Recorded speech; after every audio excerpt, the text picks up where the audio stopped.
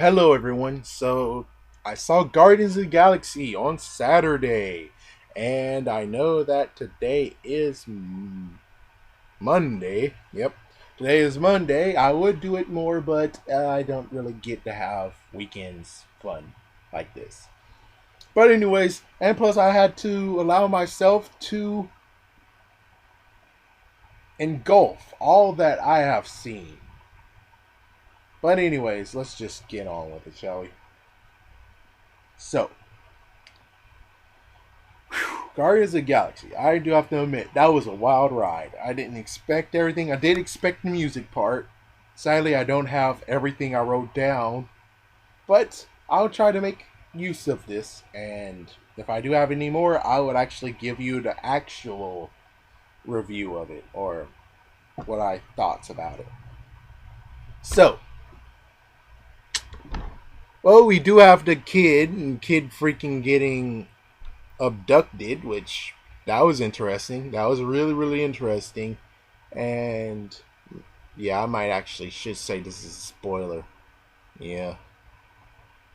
Alright, I'll flash it right now. If any of you don't want to know anything about the movie, haven't seen it yet, good idea not to watch this. And if you have seen the movie, continue on. The good news is that it's not exactly super spoilers. I'm not going to tell you the whole entire thing that happened in the whole entire movie. I only just tell you the things that I was like, oh, holy crap. So, it's kind of a half spoiler, half not. Spoiler, whatever. Well, anyways, you had the boy, Peter Quill, and he got freaking abducted, which I was like, oh man, that is tragic. The funny part had to be the idea of your father will come for you soon, and wow. But it turns out that, yeah, his father never truly came to get him. Instead, he was basically abducted by a bunch of renegades, quote unquote. And instead of actually doing what they were hired for, they kept him. And heck, even some of them wanted to eat him, which was kind of crazy. So, anyways, he still lived and he was just working along with them. And we actually get the beginning of the entire movie, which I'd have to admit is good, but this is the part where I was like, the music. Oh my gosh, the music is just too awful. But the real reason I'm saying that is because, hey, I'm a Johto kid. I was 10 years old in 2000, meaning that in 1990, that's where my music began. As soon as you have stuff that's in the 80s, chances are I would basically be like, oh my gosh, this is too garbage. No thanks. But hey, it's not bad music. It's just that it's not my music. But with that said, yeah, it started with that, and it's amazing that it was a it was a city. Wow, it was a broke down city. You've seen it in the trailers, of course.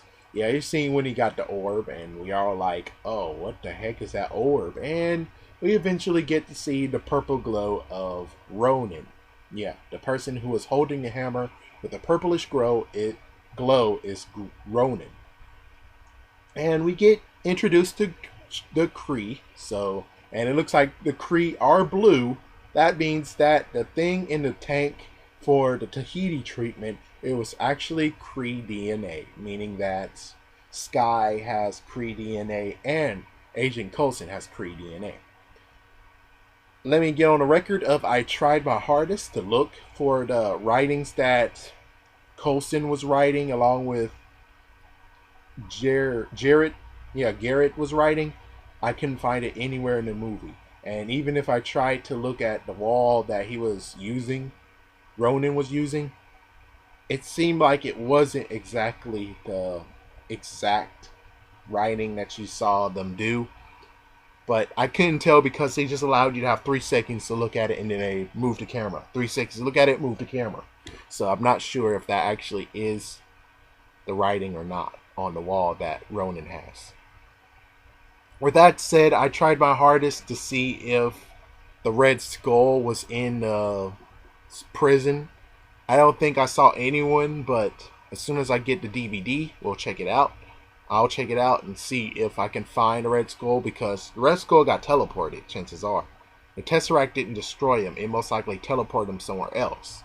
As you can see in Avengers, the end of Avengers, Loki and Thor used the Tesseract to teleport back to Asgard, meaning that it was a teleportation. So, for right now, it's up in the air where he really is. He could be in that place and could be. Since the Red Skull doesn't know anyone that's associated with Thor or anyone, that means that he can't exactly say, oh crap, you are a part of Thor's entourage, and Thor is part of the Avengers, so I should go attack you. And either way, if he tried to attack, I forgot her name, but if he attacked his Thor's lady soldier friend, warrior friend, he most likely would get beaten the crap out of him. But anyways, with that said, I'll still keep watch, and I still have to watch Thor: The Dark World again to make sure that the Prison Break didn't actually have the Red Skull secretly in there. So, yeah, there's like 2 that I have to check out. So if anyone actually is going to do what I'm trying to do and actually has the ability to do it, go for it. If you do see the Red Skull in any of the 2 movies, tell me. Because I figured as much that they actually would have the Red Skull in there. And, of course, you could be saying, well, they might have leaked it. It should have been leaked if the Red Skull was in any of the movies. True, but they might have made it just a side character that no one really cared about. I'm just saying. I mean, no one actually was like, Bucky might be dead or Bucky might be alive. No one really knew. So, yeah. Let me continue on with the Guardians of the Galaxy. Let me just say one thing about the leader who abducted Peter Quill. I love his weapon. His weapon he controlled by whistling, and I am quite a whistler. So, to have that weapon in my hand would be great. I would love it. Okay, let's continue on. So, you have Gamora, and Gamora actually was technically Gamora is just like, sadly, Selena. That's it. That was her name. Okay, Gamora is kind of like Serena in Underworld. The fact that she has someone who adopted her as a daughter. So Thanos actually killed Gamora's family, just like what happened to Selena in Underworld, and he adopted her as his daughter after doing some alterations to her DNA and her body. And it's funny that he actually said that's his favorite daughter, considering she doesn't like him one bit. Of course, you have Nebula, and Nebula actually has the whole sibling rivalry thing, and she dreads her sister. I do have to admit that most likely we'll see Nebula again, and I'm not going to spoil anything about what happens with Nebula. All I'm just going to tell you is the fight scene with Gamora versus Nebula, it's not over. Chances are it's not over. Alright. I'm just going off my head. So, Drax, aka Dave Bautista, oh my gosh. To see Dave Bautista to do everything that he did in the WWE, it was just so great to see it again. It was so great. I just enjoyed it. I really truly enjoyed it. The only thing missing is that he does the release the animal thing. Yeah. Oh man, I miss freaking WWE. Chances are I miss it. Anyways, let's continue on. But wow, Batista, good man, good. Even though Drax is kind of a stupid idiot because he's on a revenge, good. The jail scene that happened, very good. Rocket Raccoon and Groot. I love that duo. That duo is the best duo I have seen for years. Yeah, screwed over Batman and Robin, screwed over Rhodey and Iron Man, even though they only did that one co-op thing. That's it. Well, technically Iron Man 3, but they didn't have their armor on, so I don't think that even counts. It was good and all, but I just love Groot and Rocket Raccoon. Those two really pulled off the freaking dynamic duo to the max, especially in the jail scene. Really good. With that said, it's just amazing what's going on here, and man, it's quite a good. I enjoyed it. I really did. I do have to admit, I do have to say the spoiler thing. There is one scene in there where Groot actually single-handedly, and it was single-handed, just like what Hulk did. He beat Hulk's Avengers scene. He beat it. And if you're not sure what I'm talking about, when Thor versus Loki, oh, sorry, when Hulk goes against Loki in the Stark Tower, and he grabs him, he's like, "You are just a foul creature," and then boom, boom, boom, boom. Yeah, that was a good thing that made everyone laugh. And I think Groot beat his single-handedly. But this time he had more than one person. He had so many people. And it's just so funny how it does it. And I think the thing that captured it all is that he smiled as soon as it was all over. Which I think everyone truly saw that and enjoyed it. And I was like, man, that does beat freaking Hulk's one. No offense, Hulk was good. I'm glad Hulk was the first one. But Groot beat his. Groot truly beat his. Alright. Let's see. Is there anything else? Sadly, I need to do a better one than this, but I'm just gonna flat out say this because it just deserves to be said. Is the Infinity Gems? They do mention Infinity Gems. The Collector was in the movie, and it looks like the first assistant he had, but I have to check Thor 2 to check out to make sure that it was his first assistant that was caged, and a second assistant that actually went total psycho and dumb.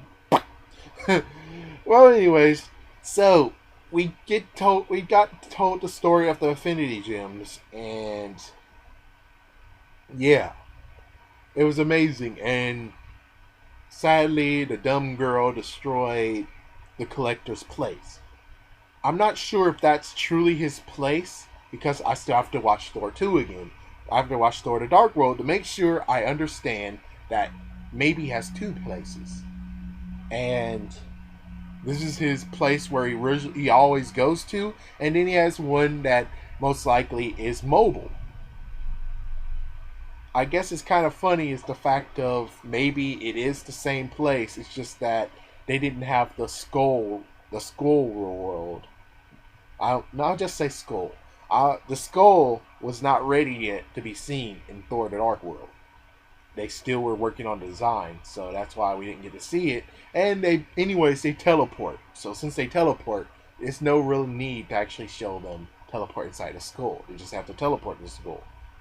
Which I think chances are this could actually be the Collector's main base.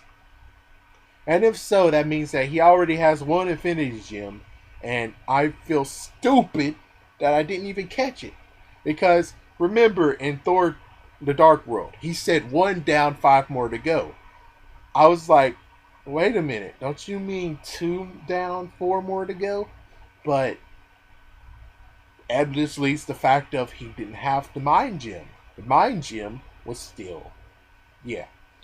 So anyways, he has the Ether, and from the end of this movie, as you can see, the Collector is not safe.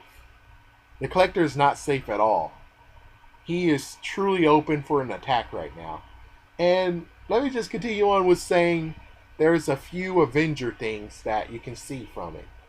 Like, for instance, the person that was the mediator for Thanos. You got to see him in the movie. And you got to see him get killed in the movie. I'm sorry, but he's a minor character. Who gives a darn? The next one is that you saw that he captured a Chitauri in his collection. Another nice nod to Avengers, which is kind of cool. Let's see, is there anything else? The only thing I just really have to say is that he's now very vulnerable. And because he's very vulnerable, one of the gems, chances are, is not safe. And I think I might actually do what I thought to do, is make a different video. So I'm going to do that. But anyways, he's vulnerable. Thanos can hit up that place and take the gem from him. I guess the good news is that he only has 1 gem and not 2. But of course, that does just lead to bad things anyways. With that said, I do have to admit, Guardians of the Galaxy is very, very good. I got I actually got 2 pins out of that. I got Rocket Raccoon and I got Drax. There's still 3 more I can get, but that was a one-time only thing. I guess the only way how to do that is basically say either screw Ninja Turtles or screw the Storm thing I'm forced to go watch next. And basically say 2 for Guardians of the Galaxy, even though we technically were going to watch the Storm one. So I can actually get a try again with the pins, and even if it's a repeat pin, I think chances are it'll be worth a lot of money. Anyways, go watch it. Definitely go watch it. It's worth seeing, and don't feel like you're being forced to watch it because it's like, I have to watch it because if I don't watch it, I'll be lost. I won't know exactly what's going on, and I'll be asking, where did they get that purple gem, and what in the world are those gems and everything. So, yeah. I enjoyed it. I really truly enjoyed that movie, and I think you'll enjoy it too. And if you're like, I didn't see any cartoon, oh yeah, I need to talk about that. I haven't seen any cartoons about them except for a few of them. I haven't read any comics. I think it's just gonna be weird. Just go watch it. It'll be better than Howard the Duck movie. Oh, and that means definitely stay to the end because if you're a Howard the Duck fan, definitely go watch it if you're a Howard Duck fan because at least you'll get a nice throwback nod to him. And you actually will realize and find out where he has been since 1990, which I don't know how it ends. I meant to actually ask Aunt May how it ends, but I didn't do it. So yeah, that sucks. But this is where he's been for the last 24 years. Yeah, all of these years, you actually get to find out where he's been. So thank you for listening. I'm done, and stay tuned for my part 1 series of the Infinity Gems. Where are they, and how dangerous will it be to get them and stuff. Thank you for listening. I'm done. Have a good day. Peace out. Quit.